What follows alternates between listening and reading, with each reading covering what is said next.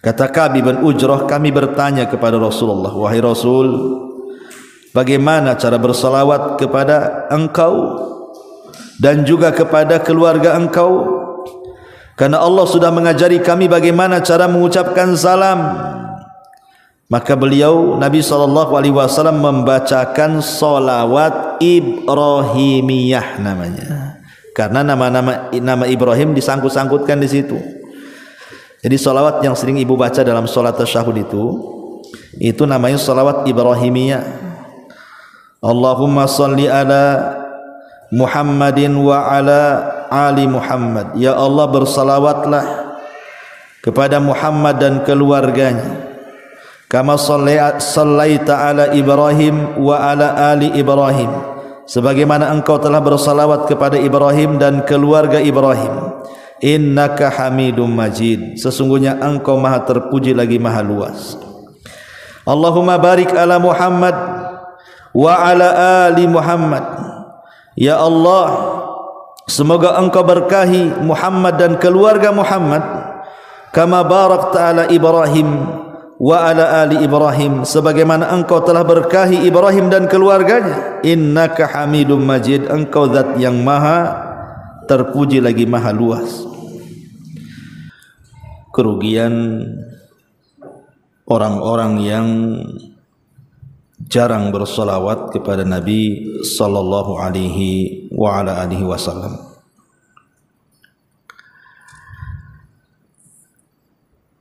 Ma'asyiral muslimat yang dimuliakan Allah Subhanahu wa taala. Salawat adalah tanda dari tanda-tanda cinta kita kepada Nabi. Karena di antara tanda cinta adalah ketika menyebut-nyebut orang yang dicintainya. Dan biasanya orang kalau suka pasti sebutannya yang baik-baik. Beda kalau benci. Kalau benci itu pasti yang disebut yang buruk-buruk, walaupun banyak kebaikan. Tapi kalau orang sudah cinta, pasti lisannya yang keluar adalah pujian-pujian. Maka begitu juga ketika kita cinta kepada Nabi SAW, maka yang keluar adalah pujian-pujian yang kita pujakan kepada Rasul kita Muhammad SAW dalam bentuk salawat. Sebenarnya Nabi SAW tidak berhajat dengan salawat kita. Kita yang berhajat dengan salawat kepada Nabi SAW. Dia tidak berhajat, kita yang berhajat selaku umatnya. Dan itu bagian daripada adab, etika kita kepada Nabi SAW adalah dengan memperbanyak salawat. Baik, sekedar mengulas sedikit biar ibu paham makna salawat, baru kita masuk apa saja kerugian yang luput dari orang-orang yang tidak pernah bersalawat ini. Di dalam surah Al-Ahzab Allah Subhanahu wa taala mengatakan, innallaha wa malaikatahu yusalluna 'alan nabi ya ayyuhalladzina amanu sallu 'alaihi wa sallimu taslima. Di sini Allah mengatakan innallaha wa malaikatahu, sesungguhnya Allah dan para malaikatnya, yusalluna 'alan nabi, mereka semua bersalawat kepada Nabi. Kemudian Allah perintahkan kepada orang-orang yang beriman, ya ayyuhalladzina amanu, wahai orang-orang yang beriman, sallu 'alaihi, bersalawatlah atas Nabi, wasallimu taslima, dan ucapkanlah salam kesejahteraan kepada Nabi.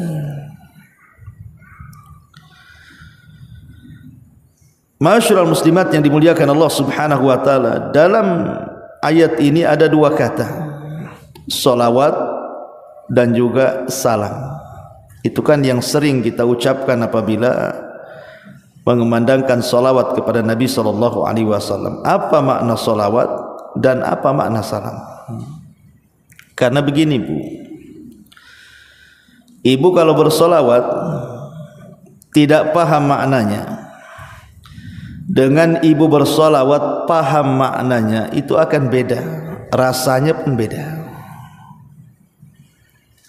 Karena orang yang paham maknanya tentu dia akan lebih semangat lagi bersalawat.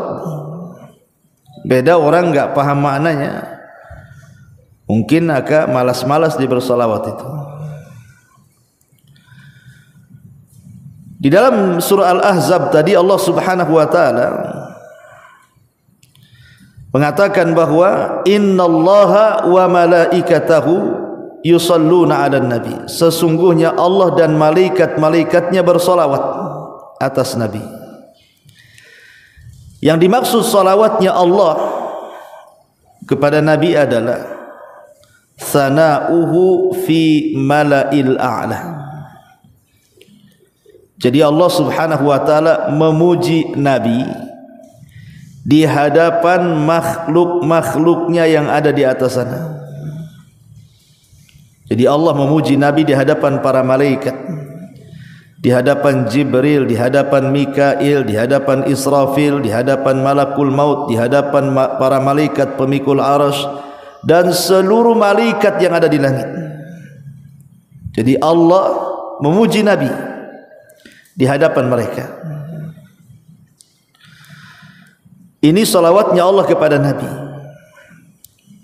Adapun salawatnya para malaikat kepada Nabi sallallahu alaihi wasallam, di mana para malaikat memohonkan kepada Allah agar Allah Subhanahu wa taala terus memberikan pujiannya kepada Nabi di hadapan mereka.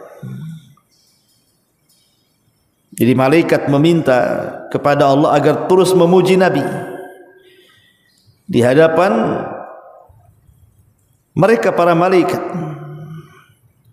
Lah begitu juga salawatnya kita kepada Nabi sallallahu alaihi wasallam, artinya ketika kita katakan Allahumma salli ala Muhammad, berarti kita meminta kepada Allah agar Allah Subhanahu wa taala terus memuja dan memuji Nabi kita di hadapan para malaikat yang ada di langit sana. Kita terus memohon sebagai adab kita kepada Rasul kita, memohon kepada Allah Subhanahu wa taala agar Allah terus memuja dan memuji Nabi kita di langit sana di hadapan para malaikat. Lalu apa faedahnya? Faedahnya adalah ketika ibu bersalawat satu kali kepada Nabi sallallahu alaihi wasallam, man shalla alayya salatan wahidatan, kata Nabi sallallahu alaihi wasallam, barang siapa yang bersalawat kepadaku satu kali, sallallahu alaihi asran, maka Allah akan bersalawat kepada orang yang bersalawat kepada Nabi itu 10 kali lipat. Coba ibu bayangkan, kalau ibu ngomong Allahumma salli ala Muhammad atau Allahumma salli ala Sayyidina Muhammad, artinya ibu meminta kepada Allah, ya Allah tolong tetap puja dan puji Nabi kita di hadapan para malaikat makhluk-makhluk yang di atas sana. Kalau ibu ngomong begitu, balasannya apa? Sallallahu alaihi asyram, maka ibu akan dipuji 10 kali lipat pujian. Jadi nama kita, Bu, nama saya, nama ibu atau siapapun yang bersolawat itu akan dipuja-puji Allah Subhanahu wa taala di hadapan para malaikat yang ada di langit, di hadapan Jibril, di hadapan Mikail, di hadapan Israfil dan seluruh malaikat yang ada di langit nama kita dipuji-puji itu. Jadi kalau kita memuji Rasul berarti Allah memuji kita 10 kali. Kalau kita bersalawat 1 kali berarti Allah akan memuji kita berapa kali? 10 kali. Itu kalau ibu bersalawat 1 kali itu. Kalau ibu bersalawat 2 kali berarti Allah akan memuji ibu di langit sana di hadapan para malaikat 20 kali. Hitung saja kalau 1 hari itu bisa 100 kali ibu bersalawat Allahumma salli ala Muhammad, Allahumma salli ala Muhammad. Berapa kali itu Allah subhanahu wa ta'ala memuji kita di hadapan para malaikat yang ada di langit sana. Nama kita dipuji-puji di hadapan Jibril, di hadapan Mikail, di hadapan Israfil, di hadapan Malakul Maut, di hadapan para pemikul arsy, di hadapan semua malaikat. Kan enak kita menjadi terkenal di langit karena nama kita disebut-sebut Allah dan para malaikat memuja dan memuji kita. Coba bayangkan, kan asik orang bersalawat itu sebenarnya ya. Ma'asyiral muslimin muslimat yang dimuliakan Allah subhanahu wa ta'ala, itu makna salawat. Kita masuk pada makna salam. Karena sering kita membaca, pemanya ibu membaca hadis Nabi, biasanya kan qala an-nabiyyu sallallahu alaihi wasallam. Terkadang salawat itu selalu diiringkan dengan salam. Salam kesejahteraan kepada Nabi. Apa makna salam itu? Makna salam itu artinya kita mendoakan Nabi SAW agar selamat. Jadi kita mendoakan Nabi SAW agar selamat. Kalau di masa hidupnya, di masa hidup Nabi SAW, tentu supaya Nabi SAW diselamatkan. Jadi ketika Rasul masih hidup, para sahabat kemudian mendoakan keselamatan.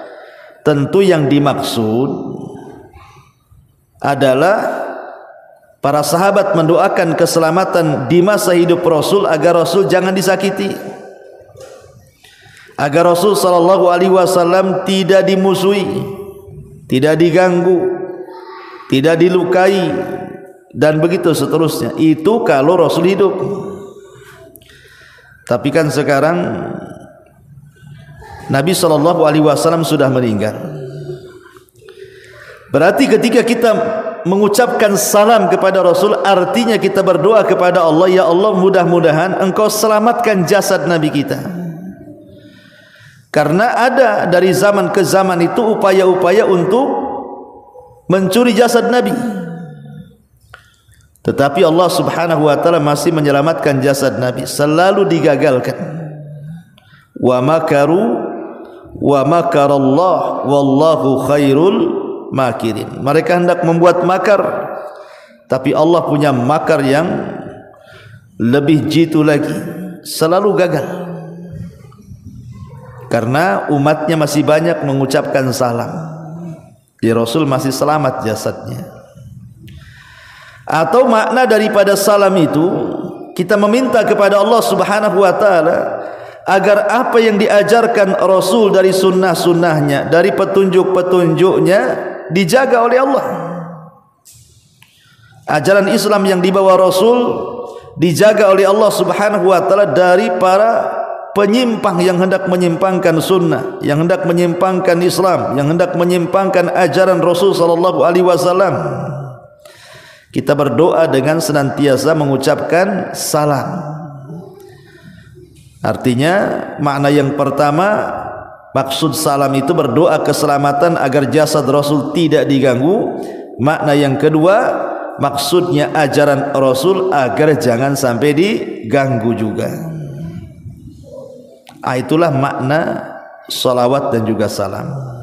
Sampai di sini paham kan Bu? Itulah makna salawat dan juga salam. Berarti Bu, keutamaan besar bagi orang yang bersolawat itu, selain bukti kecintaan kita kepada Nabi SAW, maka kita akan mendapatkan keistimewaan besar ketika kita bersalawat kepada Nabi SAW. Satu kali saja kita meminta agar Allah memuja Rasul di hadapan makhluknya yang ada di langit sana, di hadapan para malaikat, maka sebagai balasannya kita pula ikut dipuji-puji 10 kali di hadapan makhluk Allah yang ada di langit, di hadapan malaikat Jibril, malaikat Mikail, Israfil dan begitu seterusnya. Ma'asyiral muslimin, muslimat yang dimuliakan Allah Subhanahu wa taala. Lalu apa kerugian orang-orang yang jarang bersalawat kepada Nabi sallallahu alaihi wasallam? Pertama, orang yang jarang bersalawat, maka kehidupannya akan banyak masalah.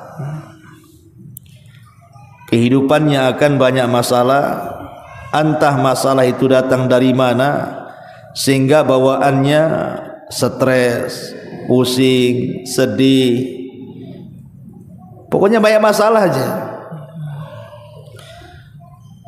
Makanya ketika Ubay ibn Ka'ab radhiyallahu an,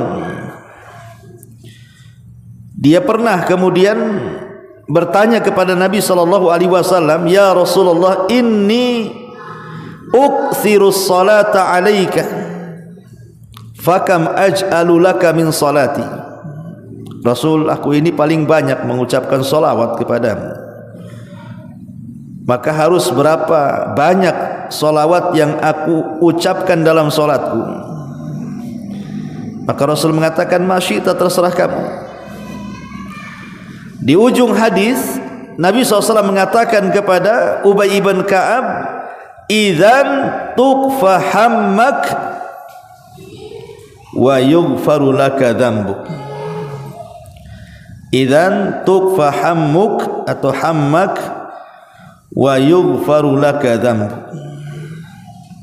Kalau begitu Allah Subhanahu wa taala akan menghilangkan kesedihanmu, stresmu, susahmu, gundahmu, dan Allah Subhanahu wa taala akan ampuni dosa-dosamu. Hadis ini dikeluarkan Imam Tirmidzi. Lihat bagaimana buah salawat. Rasul mengatakan kepada Ubay ibn Ka'ab, "Idzan tuqfa hammak wa yughfar laka dzambuk." Allah akan hilangkan semua pusingmu, stresmu, gundahmu, dan Allah akan ampuni dosamu. Berarti orang yang tidak pernah bersalawat luput nih keistimewaan ini. Berarti orang yang tidak bersalawat sebaliknya, banyak masalah, stres, ya, bingung, sedih, dan dosa-dosanya tidak diampuni. Ini keutamaan yang pertama yang luput bagi orang yang tidak pernah bersalawat. Kemudian yang kedua, di antara keutamaan salawat itu kan salah satunya adalah mengangkat derajat dan menghapuskan kesalahan. Berarti orang yang tidak bersalawat, dia tidak mendapatkan pengangkatan derajat, dan dosa-dosanya serta keburukannya akan sulit untuk diampuni. Makanya kenapa Nabi mengatakan dalam sebuah hadis, "Man shalla alayya salatan wahidatan sallallahu alaihi asyra salawatin wa khuttat anhu asyra khati'atin wa rufi'at lahu asyra darajatin." Kata Nabi sallallahu alaihi wasallam, siapa yang bersalawat 1 kali kepadaku, maka Allah akan bersalawat kepadanya 10 kali. Cukup sampai di sini? Tidak. Dihapus 10 kesalahan dan diangkat 10 tingkatan atau derajat. Berarti orang yang jarang bersalawat, luputlah kebaikan, dihapusnya 10 kesalahan dan diangkatnya 10 derajat. Ini yang kedua. Kemudian yang ketiga, ini yang luar biasa, Bu, bahwa orang yang jarang bersalawat maka terancam tidak mendapatkan syafaat. Karena Nabi sallallahu alaihi wasallam mengatakan, "Faman shalla alaihi ashran idza asbah wa ashran idza amsa faza bi syafaatihi." Kalau orang itu bersalawat 10 kali di pagi hari, bersalawat 10 kali di sore hari, maka dipastikan dia dapat syafaat Nabi. Dipastikan mendapatkan syafaat Nabi. Dalam riwayat, "Man shalla alayya aw sa'ala liyal wasilata haqqat alaihi syafaati yaumal qiyamah." Barang siapa bersalawat kepadaku atau meminta agar aku mendapatkan wasilah, maka dia berhak mendapatkan syafaatku pada hari kiamat. Subhanallah. Pada hari kiamat itu, Bu, yang bisa menolong kita hanyalah amal kita. Kemudian perantaraan syafaat Nabi. Jadi syafaat itu salah satu penyelamat pada hari kiamat. Berarti orang yang jarang bersolawat kepada Nabi SAW tidak akan dapat syafaat, artinya terancam masuk neraka. Maka apa sulitnya mengucapkan Allahumma sholli ala Muhammad, Allahumma sholli ala Muhammad. Coba ibu dari sini pulang, kalau ngomong Allahumma sholli ala Muhammad itu sampai rumah berapa kali itu? Setiap ibu mengatakan Allahumma sholli ala Muhammad, nama ibu disebut-sebut Allah di langit. Kemudian nama ibu dipuji-puji Allah di hadapan para malaikat. Apa enggak senang, Bu? Jangankan Allah yang puji kita, Pak Presiden muji-muji ibu, coba bayangkan. Dia lagi orasi di mana tuh? Di lapangan Batam umpamanya. Satu kota Batam kumpul di Mangkuputri sana. Tiba-tiba presiden nyebut pula nama ibu di situ. Dipuja-puji ibu itu sama presiden. Abang enggak kembang kepala ibu tuh. Kembang lah, Bu. Bukan kepalanya, hidung-hidungnya pula kembang. Wah, nama saya dipuji-puji. Oh, bangga lah tuh. Apalagi kalau ada YouTube-nya, mungkin di-share ke keluarga di kampung. Oh, nama saya disebut-sebut Pak Presiden katanya kan. Itu baru presiden tuh yang nyebut-nyebut dan memuji kita aja kita udah bangga. Apalagi sampai viral. Ini yang menyebut Allah, ibu viral di hadapan para malaikat tuh. Kan harusnya lebih bangga lagi. Dan itu modalnya ringan. Ya. Presiden memuji kita, gimana caranya? Kenal aja enggak kan gitu. Tapi Allah Subhanahu wa taala memuji kita itu dengan mudah, cukup bersolawat Allah sudah puji kita, nama ibu viral di hadapan malaikat lagi, coba kan. Itu 1 kali 10 pujian bagi kita, 2 kali 20, 3 kali 30, 5 kali 100 kan gitu. Oh, luar biasa ya. Masyaallah muslimat yang dimuliakan Allah Subhanahu wa taala. Ini yang ketiga. Yang keempat, luput padanya menjadi orang yang dekat dengan Nabi sallallahu alaihi wasallam pada hari kiamat. Karena Nabi sallallahu alaihi wasallam mengatakan aulan nas bi yaumal qiyamah aktsaruhum alayya salatan. Manusia yang paling dekat denganku, kata Rasul, pada hari kiamat. Manusia yang paling dekat dengan Rasul pada hari kiamat adalah manusia-manusia yang banyak bersalawat kepada Nabi sallallahu alaihi wasallam. Lihat kata Rasul, manusia yang paling dekat kedudukannya pada hari kiamat adalah manusia-manusia yang paling banyak salawatnya kepada Nabi sallallahu alaihi wasallam. Luar biasa ya. Siapa yang tidak ingin dekat dengan Nabi pun? Sampai para sahabat itu saking ingin dekatnya dengan Nabi, sampai anak-anak putri mereka kalau bisa nikah dengan Nabi. Seperti Abu Bakar menikahkan Aisyah dengan Nabi karena ingin mendekatkan diri dengan Nabi, ada hubunganlah kekerabatan. Umar juga sama. Para sahabat ingin dekat dengan Nabi. Bahkan ada seorang sahabat namanya Thauban. radhiyallahu anhu. Thauban ini, Bu, satu hari tak jumpa Nabi, tak menatap wajah Nabi bisa sakit, saking cintanya dengan Nabi. Jadi satu hari dia tidak berjumpa dengan Nabi, betul-betul sakit, kurus, kering. Rupanya Nabi sedang safar, dia tidak tahu. Lamalah Rasul safar, kemudian datang, tak tampak pula Thauban. Dicarinya oleh Rasul, di mana Thauban? Kan itu mantan budak yang dimerdekakan Nabi. Ketika melihat Thauban kurus, kering, ada apa Thauban ini? Maka Rasul mengatakan, masya'nuka ya Thauban, kenapa engkau wahai Thauban? Ada apa? Kenapa kau sakit seperti ini? Maka Thauban mengatakan, ya Rasulullah, kau kan sudah tahu bahwa aku tidak tahan kalau seandainya berpisah untuk tidak melihat wajahmu dalam satu hari. Beginilah kondisinya wahai Rasul, kalau aku tidak menatap dirimu satu hari, aku sakit. Ditambah-tambah kata Thauban, kalau aku teringat dengan kematianku dan kematian, kalau seandainya Allah takdirkan aku mati, engkau juga mati, ku yakin dan ku pastikan engkau berada di sorga yang paling tinggi, sementara aku di sorga yang paling rendah. Mana mungkin aku berjumpa lagi dengan kamu dan menatap wajahmu wahai Rasul. Nah, kata Thauban, ini cintanya dengan Nabi.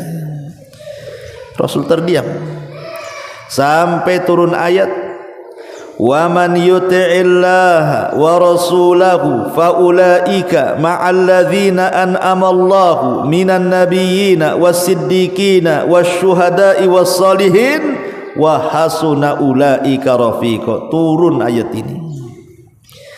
Siapa yang taat kepada Allah, taat kepada Rasul, maka mereka akan dikumpulkan kelak pada hari kiamat bersama para nabi, bersama para siddiqin, bersama para syuhada, bersama orang-orang soleh, dan mereka teman-teman terbaik kita pada hari kiamat. Lihat Thauban saja sedih kalau seandainya nanti pada hari kiamat tidak bisa berjumpa Rasul, tidak bisa memandang Rasul, sampai sakit dia, Bu. Itu sahabat.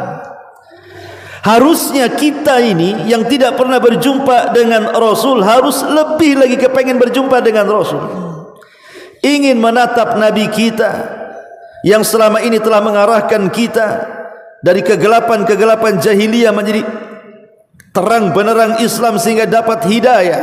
Harusnya kita makin rindu dan lebih rindu dibandingkan mereka, karena kita tidak pernah menatap Rasul di masa hidupnya.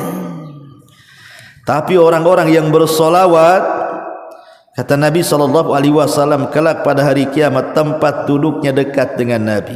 Aulan nas bi yaumal qiyamati aktsaruhum alayya salatan. Manusia yang paling dekat dengan Rasul pada hari kiamat adalah yang paling banyak bersolawat. Ini yang keempat. Yang kelima, orang yang jarang bersalawat, Bu, luput padanya keutamaan istijabatud doa.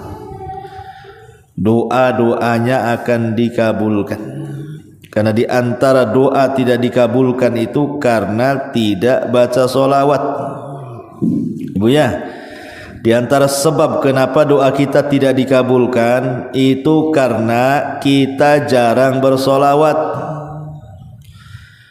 Kata Nabi SAW, kullu du'ain yud'allahu azza wa jal bihi mahjubun anis sama hatta yusalliya ala Muhammadin sallallahu alaihi wasallam. Kata Nabi SAW, semua doa terhalang, semua doa terhalang sampai dibacakan salawat untuk Nabi Muhammad sallallahu alaihi wasallam. Berarti orang yang jarang bersalawat doanya mahjub, tertutup. Karena di antara doa itu terbuka dan mustajab adalah apabila setiap kita berdoa kita baca salawat. Dia orang yang jarang bersalawat, luputlah bagi dia akhirnya doanya mahjub, ditutup oleh Allah Azza wa Jalla. Ini yang keenam. Yang keenam ya. Sekarang yang keenam. Kemudian juga orang yang jarang bersolawat ini, Bu, dicap bakhil. Dicap bakhil. dan ini sebakhil-bakhilnya orang bakhil. Ibu kalau pinjam uang kepada saudaranya tak dikasih, apa kata ibu? Bakhil. Ibu pinjam uang sama kawannya tak dikasih, apa kata ibu? Pelit. Ibu pinjam uang sama orang lain tak dikasih, apa kata ibu? Medit, kan begitu. Apalagi istilahnya tuh, ya. Buntut kasiran tuh apa tuh? Ya. Orang kalau yang medit-medit kan begitu, Bu. Jadi itu definisi kita soal medit, soal pelit, soal bakhil. Tapi ibu, ada orang yang paling bakhil, Bu. Kita aja nggak suka sama orang bakhil kan, Bu. Tapi ada orang yang tidak terasa dia adalah sebakhil-bakhilnya orang bakhil. Orang bakhil aja nggak kayak gitu. Ini sebakhil-bakhilnya orang bakhil. Siapa sebakhil-bakhilnya orang bakhil itu? Apabila disebut nama Rasul, kita tidak bersolawat. Al-bakhilu alladzi man dzukirtu indahu falam yusalla alayya. Orang yang disebut pelit adalah yang ketiga namaku disebut-sebut dia pula tidak bersolawat kepadaku. Bakhil, pelit, medit, orang kayak gini. Ya. Ini yang keenam. Jadi lawan bakhil apa, Bu? Dermawan. Berarti luput padanya sifat kedermawanan. Dan dicap pada jidatnya Anda bakhil, Anda kikir, Anda pelit karena jarang bersolawat. Ini yang nomor 6. Yang nomor 7, ya Bu ya, bahwa akan luput padanya nanti, khususnya pada hari Jumatnya. Pada hari Jumat, kata Nabi SAW, "Aktsiru alayya minas salati fi kulli yaumi jum'atin. Fa inna salata ummati tu'radu alayya fi kulli yaumi jum'ah. Faman kana aktsaruhum alayya salat kana aqrabahum minni manzilah." Perbanyak salawat kepadaku pada hari Jumat, karena salawat umatku akan diperlihatkan padaku setiap Jumat. Bayangkan. Jadi Rasul sallallahu alaihi wasallam itu akan melihat salawat kita tuh. Jadi kalau kita memperbanyak salat dari Jumat, Bu, salawat kita ini akan sampai kepada Nabi. Ada malaikat-malaikat khusus yang Allah tugaskan membawa salawat kita, kemudian disampaikan kepada Nabi. Dan itu setiap hari Jumat. Makanya Rasul mengatakan, perbanyaklah salawat kepadaku pada hari Jumat, karena salawat umatku akan diperlihatkan kepadaku pada hari Jumat. Barang siapa yang banyak bersalat kepadaku, dialah yang paling dekat dengan pada hari kiamat. Maka kalau jarang bersalawat di hari Jumat khususnya, maka Nabi SAW tidak pernah memandang kita. Ma'asyiral muslimat yang dimuliakan Allah Azza wa Jalla, ini yang ketujuh. Yang nomor 8, bahwa sebuah majlis kalau tidak ada salawatnya di situ, maka majlis itu akan menjadi majlis yang paling buruk. Tapi sebaliknya, kalau seandainya majlis itu ada salawat di situ, maka majlis itu akan menjadi baik dan berkah. Nabi SAW mengatakan, ayyuma qaumin jalasu fa'atalul julusa thumma tafarraqu qabla an yadhkuru ismallah aw yusallu ala nabiyhi kanat alaihim tiratun minallah in sya'a adzabahum wa in sya'a ghafara lahum. Kalau ada satu kaum, kata Rasul, mereka bermajlis, lama pula dia duduk-duduk di situ. Mungkin ibu ngerumpi, datang ke tetangga, ngumpul-ngumpul sejam 2 jam, tahap apa yang diomongin ibu lama kali, ya. Tetapi di majlis yang ibu adakan itu adalah zikir-zikir kepada Allah, adalah salawat kepada Nabi. maka majelis itu akan mendapatkan berkah. Tetapi kalau majelis itu tidak ada zikirnya, tidak ada salawatnya, yang ada pula dosa-dosa ghibahnya, macam-macamnya di situ, insya'adzabahum wa insya'a ghafara lahum. Kalau Allah mau, Allah bisa azab loh dosa-dosa yang ada di majelis itu. Kalau Allah mau, Allah bisa ampuni. Ini juga yang ke-8. Yang ke-9 bahwa orang yang jarang bersalawat itu hidupnya akan gelap, susah mendapatkan hidayah. Karena di antara faedah bersalawat itu adalah Allah mengeluarkan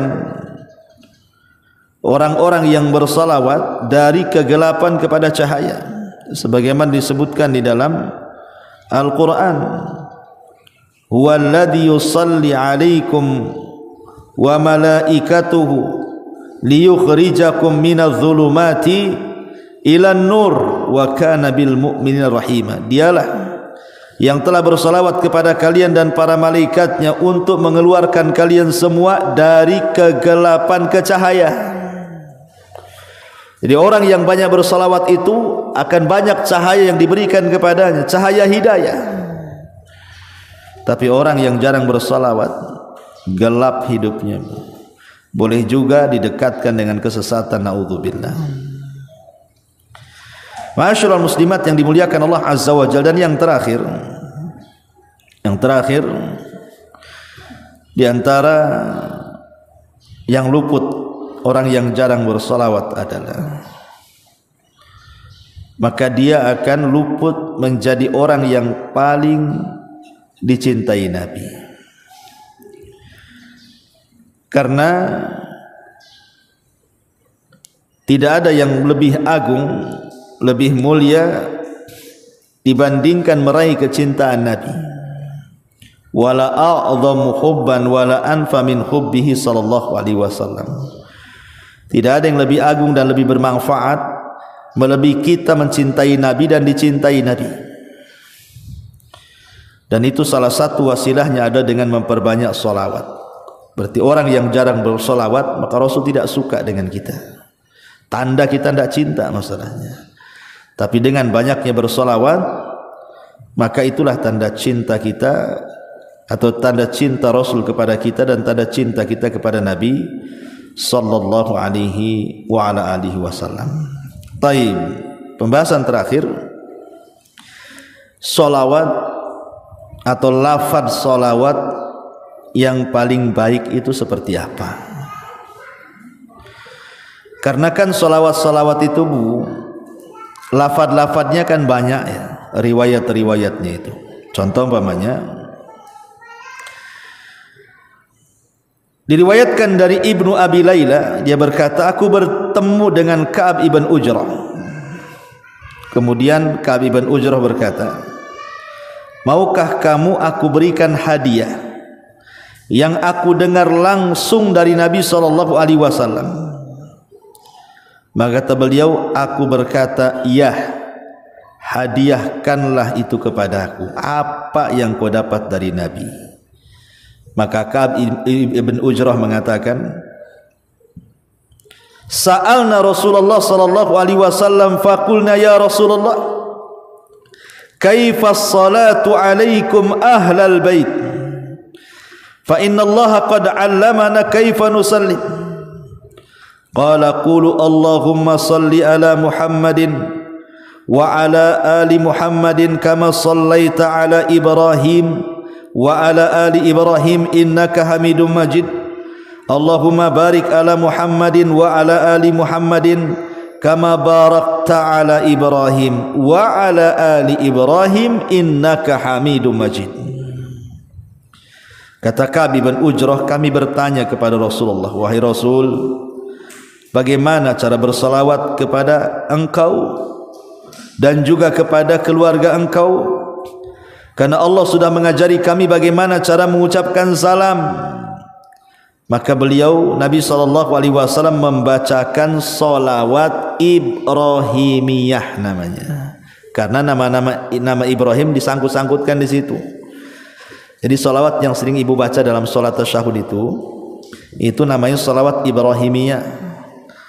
Allahumma salli ala Muhammadin wa ala ali Muhammad. Ya Allah, bersalawatlah kepada Muhammad dan keluarganya. Kama sallaita ala Ibrahim wa ala ali Ibrahim, sebagaimana engkau telah bersalawat kepada Ibrahim dan keluarga Ibrahim. Innaka Hamidum Majid, sesungguhnya engkau maha terpuji lagi maha luas. Allahumma barik ala Muhammad wa ala ali Muhammad. Ya Allah, semoga engkau berkahi Muhammad dan keluarga Muhammad.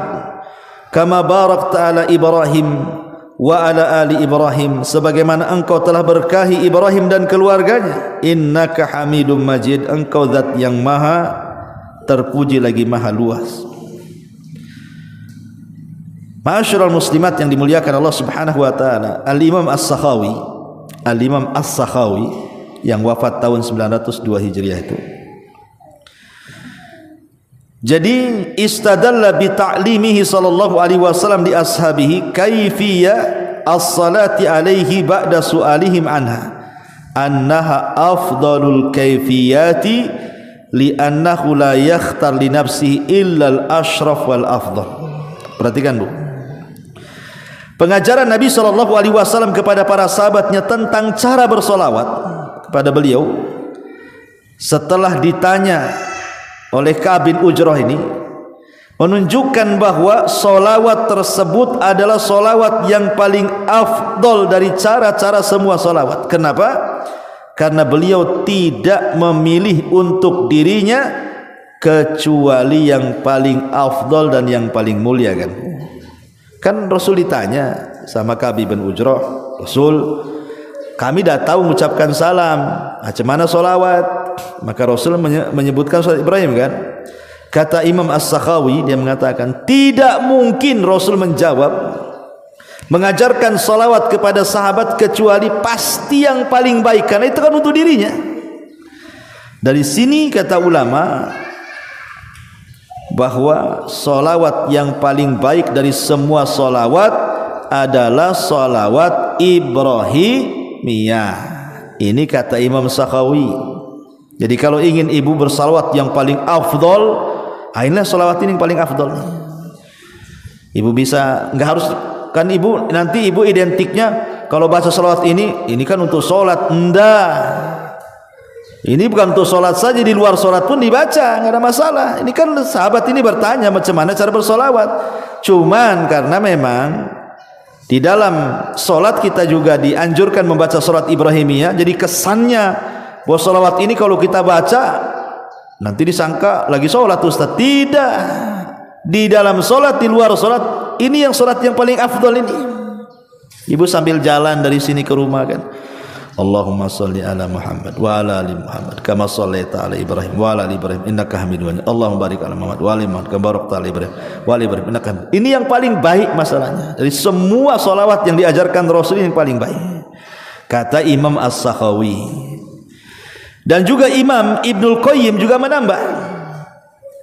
Imam Ibnul Qayyim dia mengatakan wa akmalu ma yusalli ala wa akmal ma yusalla alaihi bihi atau yusalli alaihi bihi wa yasilu ilaihi hiya salatul ibrahimiyatu kama amilahu ummatuhu an yusallu alaihi fala salata alaihi akmal minha wa intah dzalaqal mutahzalikun.